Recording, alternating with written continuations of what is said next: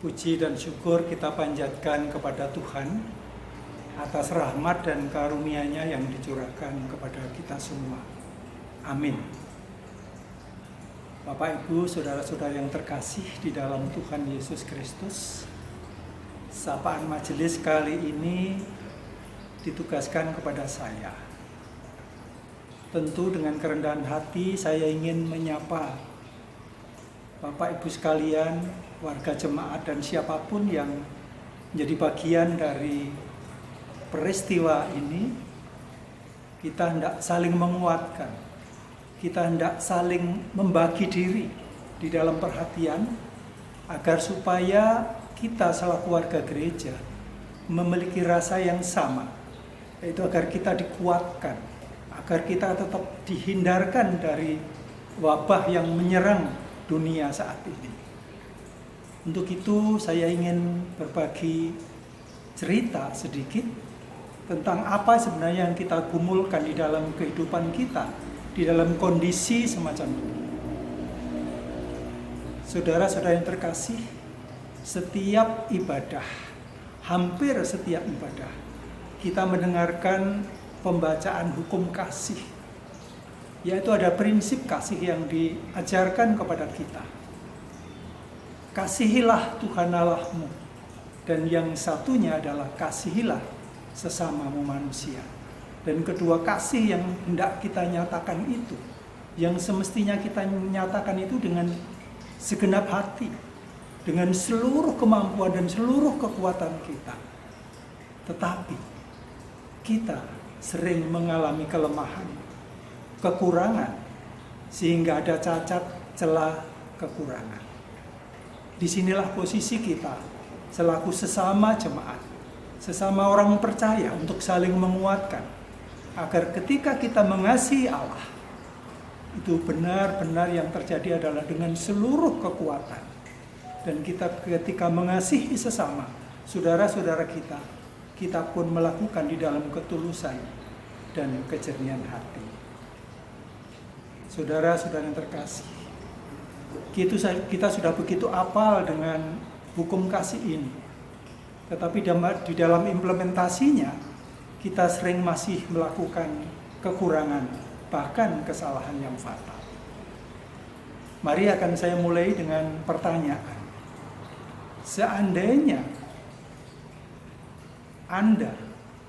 Seandainya saudara ditanya, apakah saudara cinta Yesus? Bagaimana jawab kita? Seandainya kepada saudara ditanya, apakah saudara mencintai Yesus? Kita akan juga merenungkan diri kita. Sebab kalau kita menjawab ya, ada konsekuensinya. Dan kalau menjawab tidak, kayaknya tidak mungkin. Karena kita mengaku sebagai orang yang percaya kepada penebusan Kristus Yesus.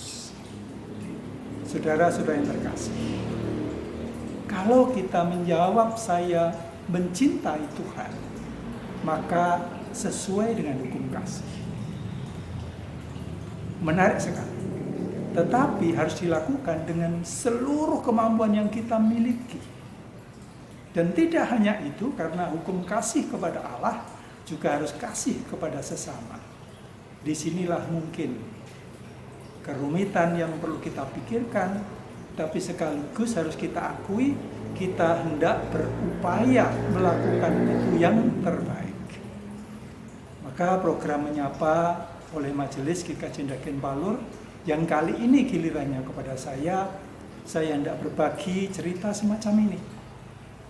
Jadi kalau kita pernah jatuh cinta, kalau saudara pernah mengasihi seseorang, maka itu indah.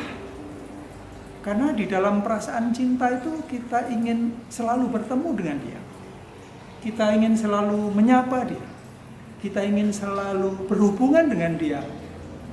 Bahkan orang yang jatuh cinta, orang yang mengasihi seseorang, ketika dia mendapat telepon saja, ada perasaan happy, ada perasaan bahagia yang luar biasa. Nah, Itu baru telepon. Biasanya zaman sekarang tidak cukup dengan telepon, dengan video call, sehingga lebih asik, lebih nyata, karena sesuai zamannya. Mungkin pada waktu dulu, pada zaman saya, atau zaman senior-senior saya, jatuh cinta cukup dengan surat yang lewat pos.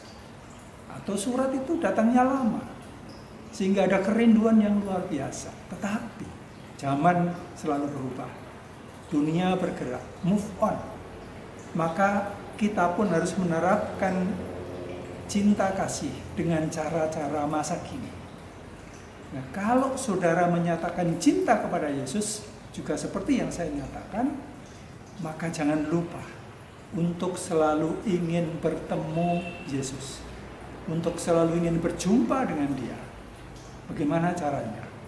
Salah satu caranya adalah mendengarkan firman Tuhan, mendengarkan sapaan Tuhan, berjumpa dengan Tuhan, dan bila perlu kita menemui Tuhan. Bagaimana caranya? Datang ke gereja, tetapi karena mimbar sekarang sedang berlangsung di rumah-rumah, maka mari kita lakukan dengan sukacita, seperti yang dilakukan beberapa waktu belakangan ini, yang semakin memberi keindahan di dalam keluarga kita. Kalau demikian, cinta kepada Yesus Kristus, mari kita wujudkan, mari kita nyatakan dengan saling bertemu, untuk membangun cinta kasih dengan sesama, dengan keluarga kita, bahkan dengan Tuhan, melalui firman-Nya, juga melalui sapaan majelisnya pada saat ini dan selanjutnya. Saudara-saudara yang terkasih, gereja adalah alat Tuhan. Gereja dinyatakan sebagai rumah Tuhan. Maka jumpailah Ia di sana. Ketemulah di situ. Bersihkanlah rumah Tuhan. Rawatlah rumah Tuhan. Jadikanlah indah rumah Tuhan. Karena kita masih diberi kesempatan. Kita diberi waktu. Kita diberi berkat yang luar biasa. Maka dengan melakukan itu semua, kita bisa menyatakan cinta kepada Tuhan dengan bukti nyata. Seperti juga kalau kita mencintai seseorang. Misalnya seorang pria kayak saya. Ketika saya jatuh cinta, saya misalnya diminta untuk menjemput pacar saya jam 7 pagi, jam 5 pagi saya sudah mandi. Saya sudah bersiap diri. Saya pakai pakaian yang paling bergas yang saya miliki. Saya berdandan rapi. Saya juga memakai minyak wangi karena hendak bertemu dengan orang yang saya kasih. Demikian juga kita perlu membangun cara semacam ini untuk mengasihi Tuhan. Ketika kita mengasihi pacar kita, pasangan kita sedemikian baik, maka lakukanlah kepada Tuhan lebih dari itu. Lebih dari sekadar mengaku cinta. Karena iman perlu bukti. Karena iman adalah perbuatan. Perbuatan itu menjadi nyata dan menjadi bukti iman. Karena iman tanpa perbuatan adalah kosong adanya. Saudara-saudara yang terkasih, bagaimana di dalam kondisi saat ini yang dunia sedang dilanda wabah virus corona? Ada prosedur yang harus kita lakukan, maka kita memakai prosedur yang diumumkan oleh para ahli kesehatan oleh pemerintah. Maka untuk memenuhi iman, kita memahami dan mendengarkan himbauan gereja, himbauan Bapak, Ibu Pendeta, himbauan majelis mungkin yang dipakai Allah Tuhan untuk menyapa kita, agar kita selalu dekat dengan Tuhan dan menjadi satu bagian dari rasa cinta kasih kepada Tuhan dan sesama. Saudara-saudaraku yang dikasihi Tuhan, saat ini kita harus menjaga diri, harus menjaga lingkungan, tetapi sekaligus menjaga kebersamaan kita di dalam percaya kepada Tuhan. Maka iman dilakukan karena ada perintah Allah. Jangan lupa, bidang kesehatan juga dilakukan seturut dengan itu supaya kita menjaga diri sehingga imun. Jadi yang kita jaga sekarang adalah iman dan imun.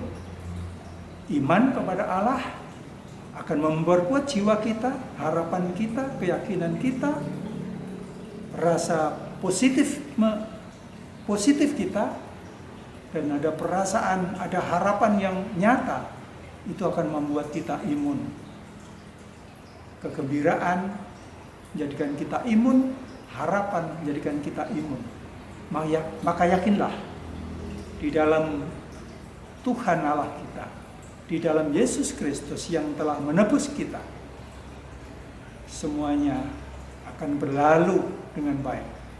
Semua wabah akan berakhir dengan baik jika kita mampu menjaga iman dan imun.